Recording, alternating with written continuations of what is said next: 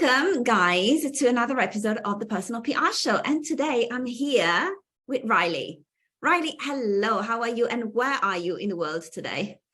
Hello. Yes, I'm always moving around. Today I am in Tenerife in the north of the island, and it's such a beautiful day. It's like 24 degrees, sunny. I love it. I absolutely love it. I call it having a summer in winter, and I couldn't be happier. Oh yeah, we're very happy for you as well. And at the same time, I think that a few of us are maybe a little bit envious as well, because you're always traveling all the time. You're following the sun, right? So, oh my God, this is amazing. There's such a good setup that you have for you, for your life and for your business. So congratulations. Maybe one day you will teach us, maybe we'll interview you once about how you can, you can conduct this digital nomad lifestyle that you have.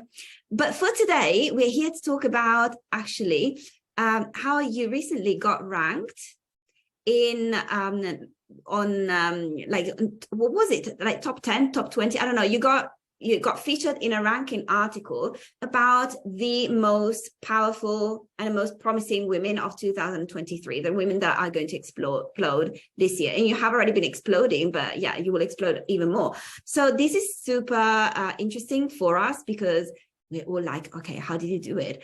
But and thank you so much for wanting to share with us today all the behind the scenes. But before we get started with that, Railey, would you like to maybe remind us of who you are and what you do? Because you were already here on the Personal PR Show a couple of months ago. Yeah, things change all the time. We have new people in the audience as well. So maybe they didn't see the first interview that we had. Yes, absolutely. So I'm an expert love educator and relationship coach. I guide couples and individuals to teach them the proven formula of exactly how to have a successful relationship. Ooh. We've been put into this idea that relationships are difficult, that you're going to get bored after a while, that they're complicated, fighting is normal, all of these different beliefs that simply aren't true. It's just that we don't have the formula for success. We don't understand what it is that we're doing. So I come in as an educator and as a guide to show people exactly how to create that exciting relationship with love and connectiveness, communication, and lots of fun. Yes, absolutely. Wow, which is amazing. And I remember that during our first interview, you gave us the 3 most important items to have a thriving relationship, right? And so guys, if you want to discover the 3 items that will make your relationship amazing, then you can go back, you can search here. Either if you're watching us on YouTube, you can search on YouTube or in our Facebook group and you'll be able to find Railey's interview.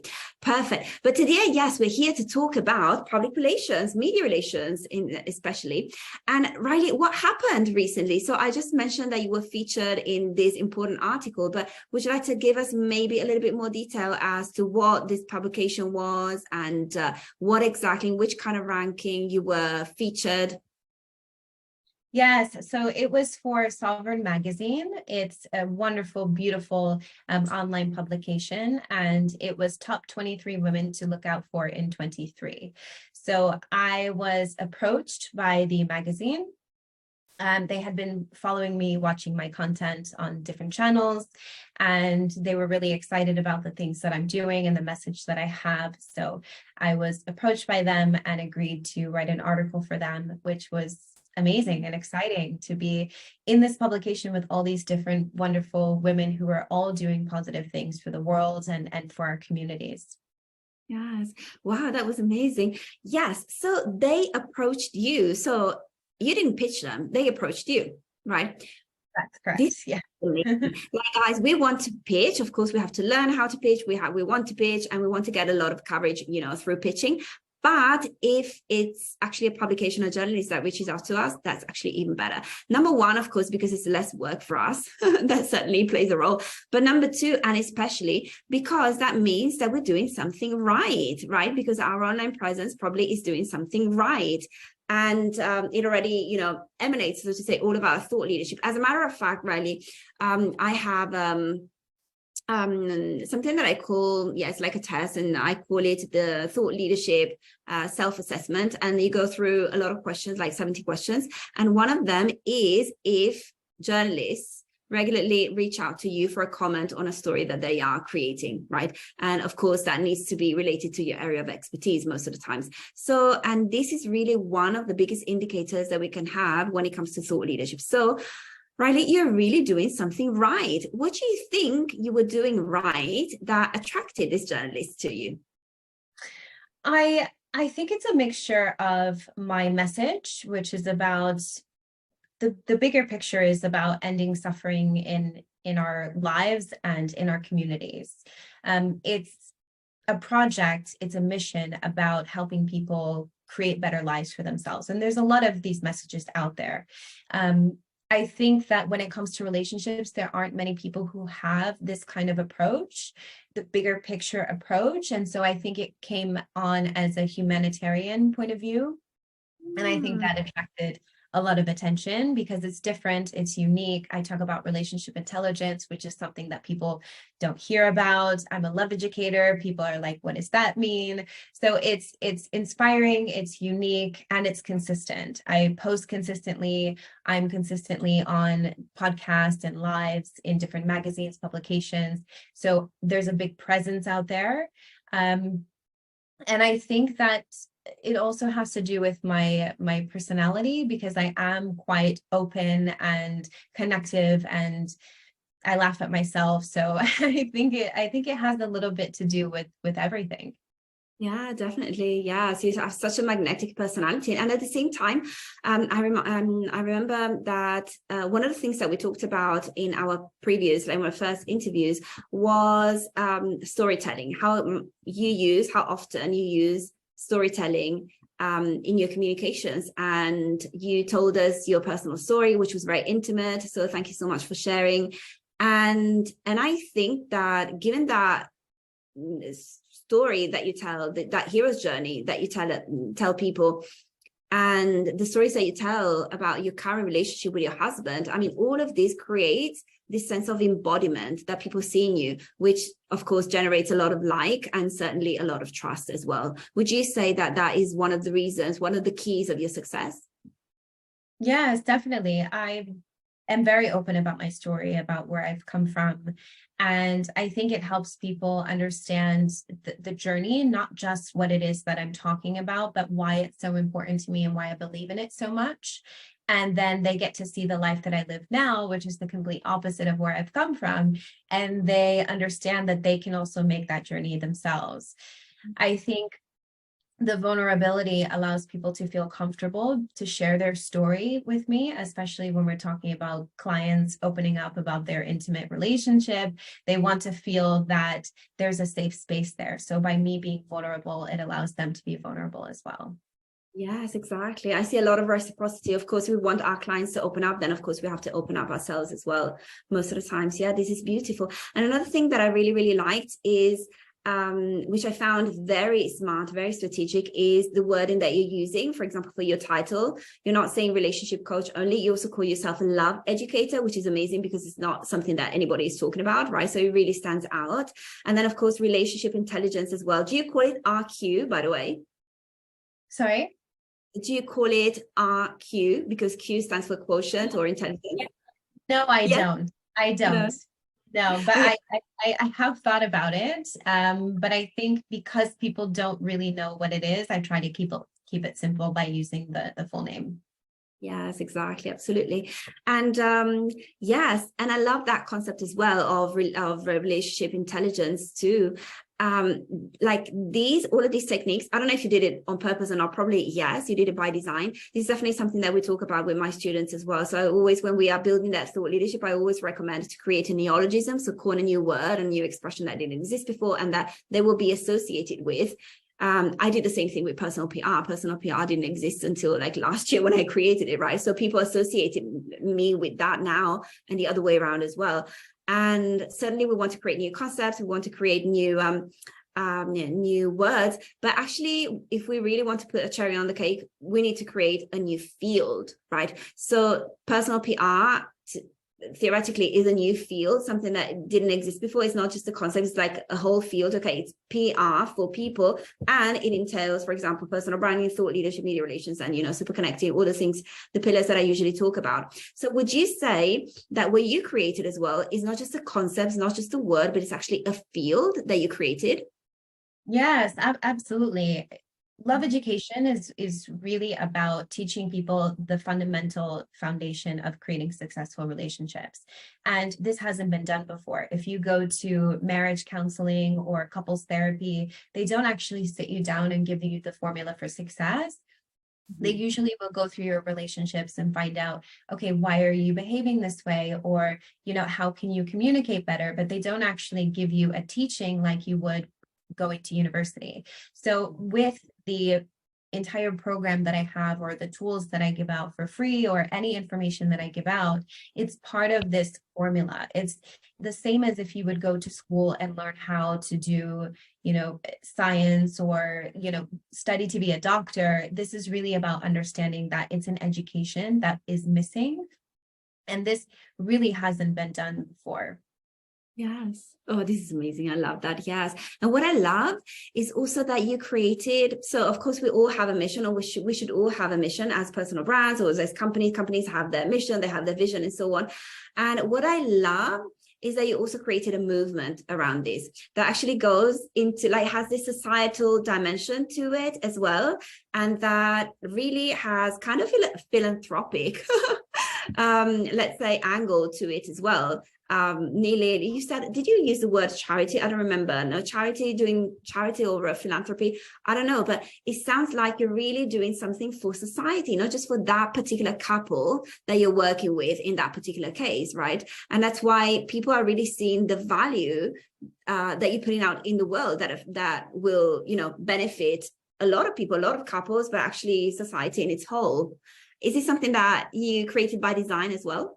Yeah, absolutely. We're taking this much further than just the romantic relationship. Obviously, it's nice to be in love and have that beautiful partnership, but this is more than just romance. This is about ending generational poverty, generational trauma, being able to create family dynamics that are stronger friendships, better relationships at work, in our communities.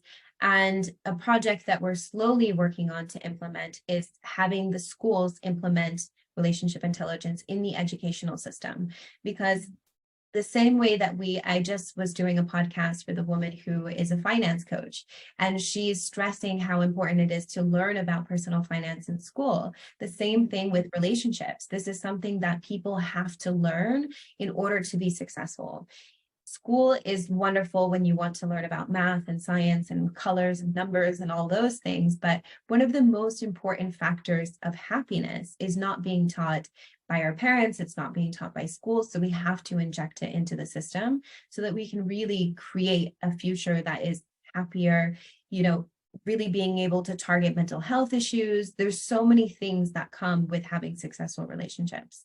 Yes. Oh my God, I love this.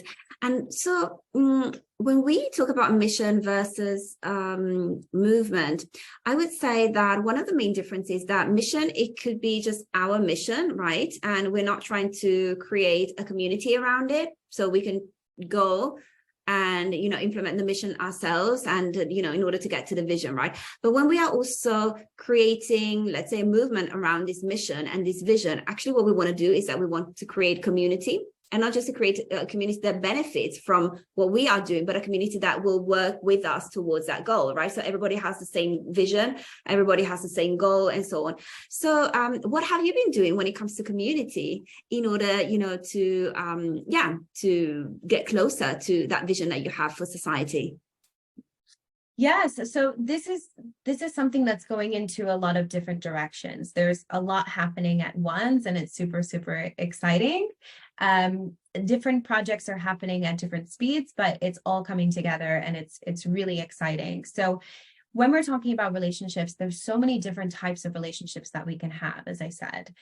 One type is a friendship, or a relationship with your business community. So I have the Power Women Coffee Chat that you've come to, which is such a beautiful event that I absolutely love doing. It's completely free. And the point of it is so that women can come together who are in business, especially those working online, to create that authentic sense of relationship and community, get to know each other, support one another, help each other, inspire one another, because building authentic relationships can be difficult when you're working online. I've never met you, but I do feel that there's a relationship here, which is so beautiful. And so I think sometimes when we work online, it's easier to be distant if you're just clicking and commenting and typing. And so it's a face-to-face virtual event with wonderful, beautiful, inspiring women. And then there's also, there's also the retreats that are coming. I'm working on luxury retreats for couples to do the relationship intelligence in a fun way, in an exciting way, while people are on the beach drinking mojitos. So this information is coming, through the school system. We're also working on doing it for businesses, for big brands, because they're looking to improve their work practices. How do they become better leaders? How do they build stronger teams? Those are all relationships. So this is coming in every different direction you can think of. Oh my God, wow, this is amazing. I knew about, of course, the coffee meeting that you hold every week with amazing women and girls. I'm not saying guys, girls, you have to go as well. So maybe, Riley, maybe we can drop the link to your event, to your weekly event, if you agree, if you're agreeable, of course. But I didn't know about the retreats. This is amazing. Wow. Yes. We're looking to go to Bora Bora, which I've never been to before. I know everyone's like always talking about Bora Bora, and I haven't been. So we're looking to partner with some businesses all over the world in these beautiful, luxurious places, because it's not just about learning and studying and doing the hard work. It's also about having fun with your partner and learning in a creative way as well. So there's different ways to learn this information for different kinds of relationships and different relationship dynamics. So yeah, in whatever way we can, we're ready to present it to the world. Absolutely, yes. And you have to come back to the show and tell us about everything about these retreats as well.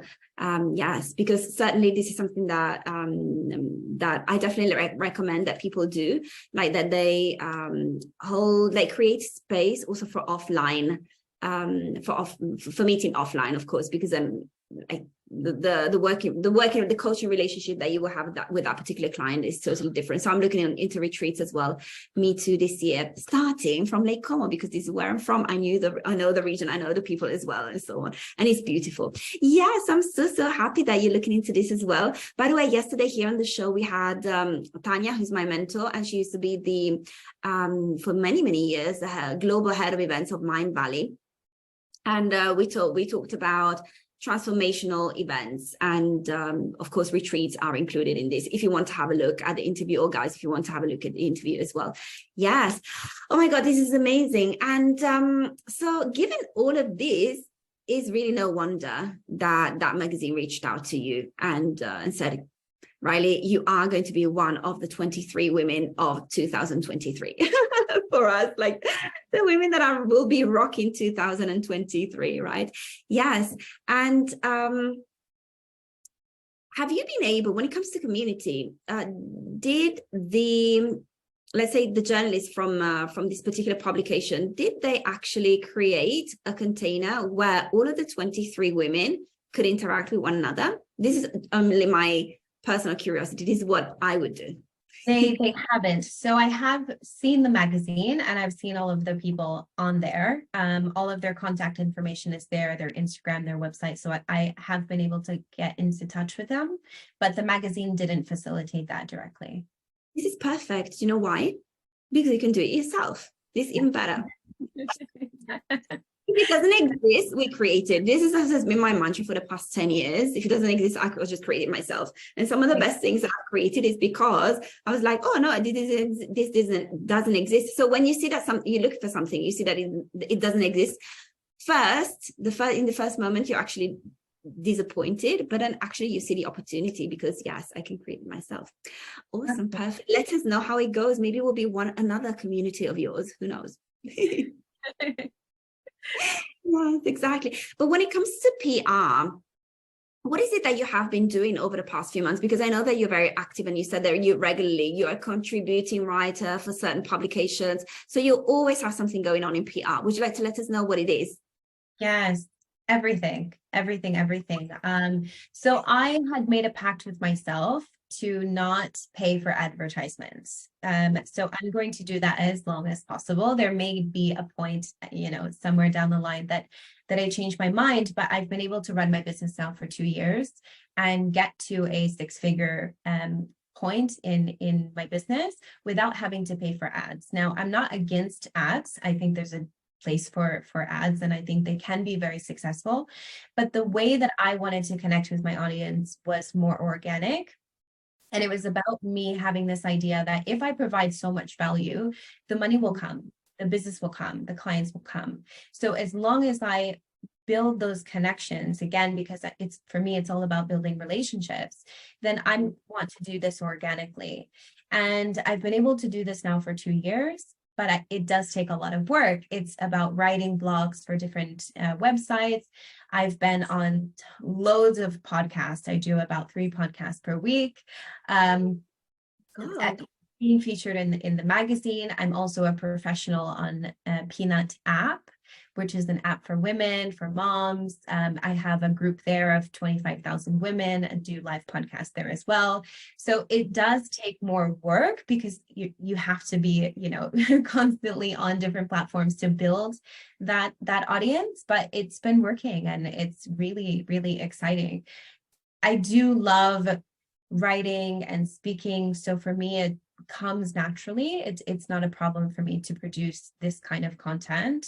And I'm just doing more of the same. So more podcasts, more features, more magazines. I have been pitching as well as getting offers organically. So there's a bit of a mix of both. But I have seen as I go along that more people have been coming to me. So I think the more that you go to people, then the more people will come to you, right? It does take time to get there, but right now it's a mixture. It's a mixture of both. Yeah. Wow, which is amazing. And yes, and what does 2023 has in store for you when it comes to PR visibility? Not when it comes to products and services, because we've just talked about the retreats, which is amazing. So this is something that you will be adding this year to your product suite. But when it comes to PR, have you been thinking about, I don't know, maybe a book? Have you been thinking about speaking engagements offline? Is there anything that interests you? You would like to do this year? So I'm organizing, because I'm away from the UK. I'm not able to do anything in person there at the moment, but I will be offering speeches to do in-person speeches at different events. And so that will be something that I will have to pitch myself, create a plan to pitch that to different companies. I'm also working on magazines, which I think is the toughest one for me. It's the one that I am a little bit struggling with. The podcast I get very easily, I think, because people hear me speaking all the time. But magazines, I have to say, I am still trying to get in there. I'm also going to be pitching very soon the morning program, which is the one of the biggest TV shows in the UK. And so all of these different platforms, continuing to pitch them and tweak when something doesn't work, you tweak it, you ask questions, you learn, you do it again, you do it again, you do it again. And now it's something that comes so naturally to me because I pitch usually once per day. I pitch 1 platform per day, Monday to Friday. And when you pitch 5 a week, I usually get maybe 1 or 2 back, and you don't take it personally. You just do it again. You learn, you do it again, you learn, you do it again. And then, it will start to come and it will start to flow. So I'm learning as I go along. And yeah, it's really exciting. It's really exciting. Oh, this is amazing. And yes, I'm so happy that you have, so to say, come to terms with rejections, because this, when we wanted to become publicists, this is one of the first things that they tell us. First of all, you have to come to terms with rejections, because you're going to get rejection. Most of the time you're rejected, and then it works once or twice, and then this is how you get featured, right? In the press. Right. Yeah.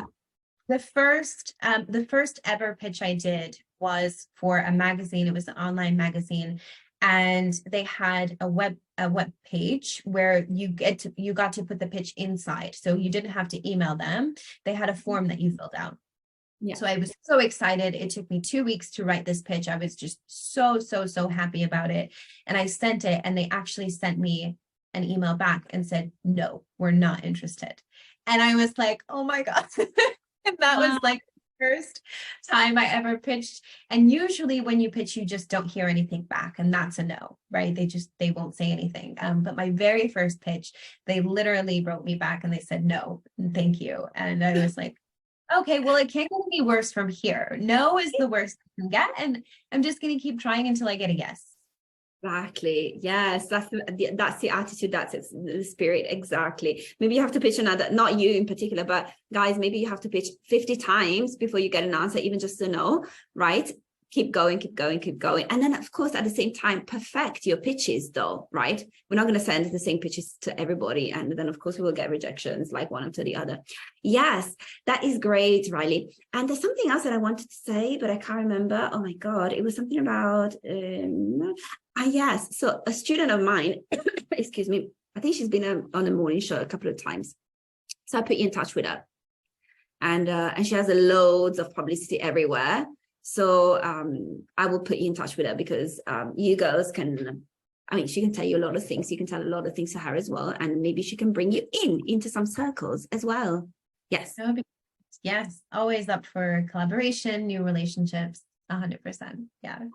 Yeah, she's been on the show here a couple of times as well. She's also a triple TEDx speaker, and she's constantly, all over the media in the UK. She's based in the UK as well. So that is certainly a synergy with you. Perfect. Yes. But Riley, I see that we are approaching the end of our conversation. So I have a question for you, which is a question that I ask everybody at the end of every single interview. And certainly I've asked you already a few months ago, because you have already been on the show. Maybe you remember that question, maybe not. Let's see. So what is a question that I didn't ask you over the past 30 minutes, but I should have asked you? Yes, I do remember you asking me this question. People hate it. Either they love it and they're like, yes, this question. Or they hate it and they're like, oh my God, what should I say now? Oh, that's a difficult one, because I have to then put myself in your shoes, and what would I ask if I was you? Or maybe you can just give us the answer straight away, right? Something that you want to talk about. Yeah, I'm not sure. I would say the mindset aspect of all of this. I think that's really important, because I think that learning the technical stuff about PR, it's been a process for me and a learning journey for me, and as it is, I think, for everyone. But I think the mindset was the biggest obstacle that I had to go through, because for me, it's just a numbers game when you're pitching different magazines and different blogs and podcasts. It's just a numbers game, and tweaking, as you said, tweaking the pitch and writing something else and getting the contacts and building the relationships that you can learn. But the mindset aspect is really important to understand how to tame it. So as you said about the rejection, getting used to rejection and not taking it personally. I would think to myself in the beginning, oh, what I have, it's not good enough. Nobody cares. You'll start to think all of these things in your head. But it's not personal. It just, it was the wrong moment, or the wrong person at the wrong time, or, the wrong pitch or something like that. And going through this journey and being able to celebrate those small wins, because they will get bigger and better over time, and being proud of yourself that you put yourself out there, because it's not easy. It's not easy to sell yourself and sell your message and sell your mission. So I think that being proud of yourself, learning, being okay with with getting a no or not getting any answer, and understanding that it happens to everyone. It's definitely not personal, and being proud of yourself every single step of the way. Absolutely. Oh my God, because most people are not doing this. They would love to do it, but they don't have the courage to do it. So if you're doing it, you're already 3 steps ahead. Yeah, compared to the others. Yes. And I thank you for bringing this up, because this is something that I've realized as well. Of course, I've always known the technical and strategic aspects of public relations, but I realize now that because I'm dealing with people, you know, with students and clients that are not publicists, right? To me, it's a different world now. When I was in corporate, I was working with other publicists. We were all in the same circle, so to say. So, of course, we had our struggles as well, but it was more or less on the same level. Whereas now that I'm working with people that don't come from a public relations background, I do see that there are some other types of struggles, or maybe, you know, bigger struggles that they have, especially when it comes to, you know, the mindset and rejection and so on.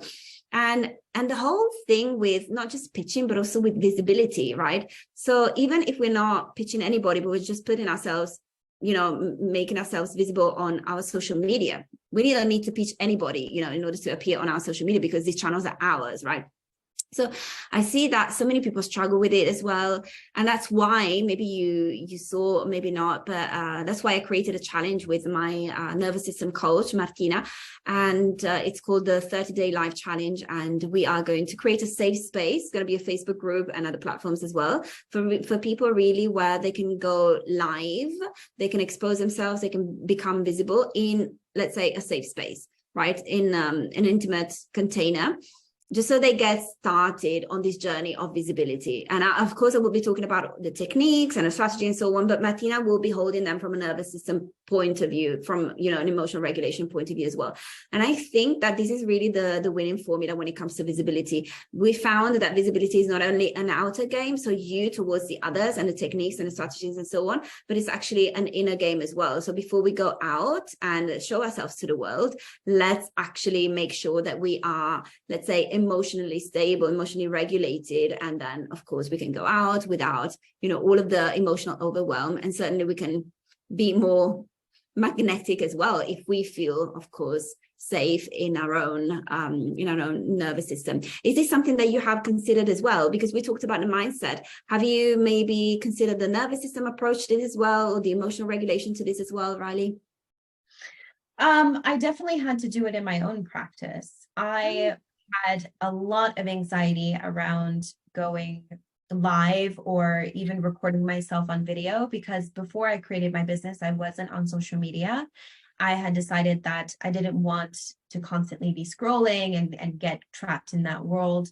So for 33 years of my life, I didn't have social media. And then all of a sudden I pop on, and it was nerve-wracking for me. And the last time I had like presented in front of a group of people was when I was in college doing presentations. So it was very, very uncomfortable for me to be in that space where people are watching me, especially because I can't see them, but they can see me. That kind of freaked me out a little bit. And then constantly wondering, am I doing a good job? You know, is my hair okay? What are they thinking about me? And I had to go through that process really quickly because I had to put myself out there. And in the beginning, I was extremely uncomfortable. My heart was beating so fast, but I just did it anyway. And I think that's the definition of courage. It's not that you don't experience fear, it's that you experience fear and you do it anyway. And so once you do it once, twice, 3 times, 4 times, 5 times, you just get comfortable with it. And then you sort of self-soothe and you're able to do it, you know, like second nature. So I definitely had to regulate myself by pushing through it and talking to myself and practicing that self-management. I feel nervous, but I'm okay. And focus on what I'm saying rather than how I feel. Focus on them and providing value rather than what I think they might think of me. You know, so talking to yourself and practicing that self-management allows you to regulate yourself in the moment and be present and show up in a better way. Absolutely. Oh my God, I love this. Yeah, congratulations for your journey as well. I didn't know that you had never been on social media before until 2 years ago when you started your business. This is really important. in college, I think for a few months or something like that, and then I got off and I haven't used it since. So I didn't know what a hashtag was. Yeah, I started from nothing, from zero. So it's definitely been a quick journey. Yeah. Yeah, this is amazing. Congratulations. That really is really outstanding. Well done. Yes, Riley. So I think that we are done for today, but will you please promise to us that you will come back to the personal PR show? Yes, I love it. Yes. Thank you so much. Yeah, one of the next topics that we can talk about will be your retreat or any other topic that you would like to bring up that has to do with the pillars of personal PR, which, guys, I remind you, are personal branding, thought leadership, media relations, and super connecting. And Riley is certainly great at all of these pillars. Thank you. We can talk about all day. Yes, thank you so much, Riley. Then enjoy Tenerife for us as well, who are stuck here in Europe in the cold and in the grey. I will, absolutely. Thank you, take care, and we'll talk soon. All right, thank you so much. Thank you, and thank you guys for following us, and I'll see you very, very soon, probably tomorrow, for another episode of the Personal PR Show. Bye. Bye.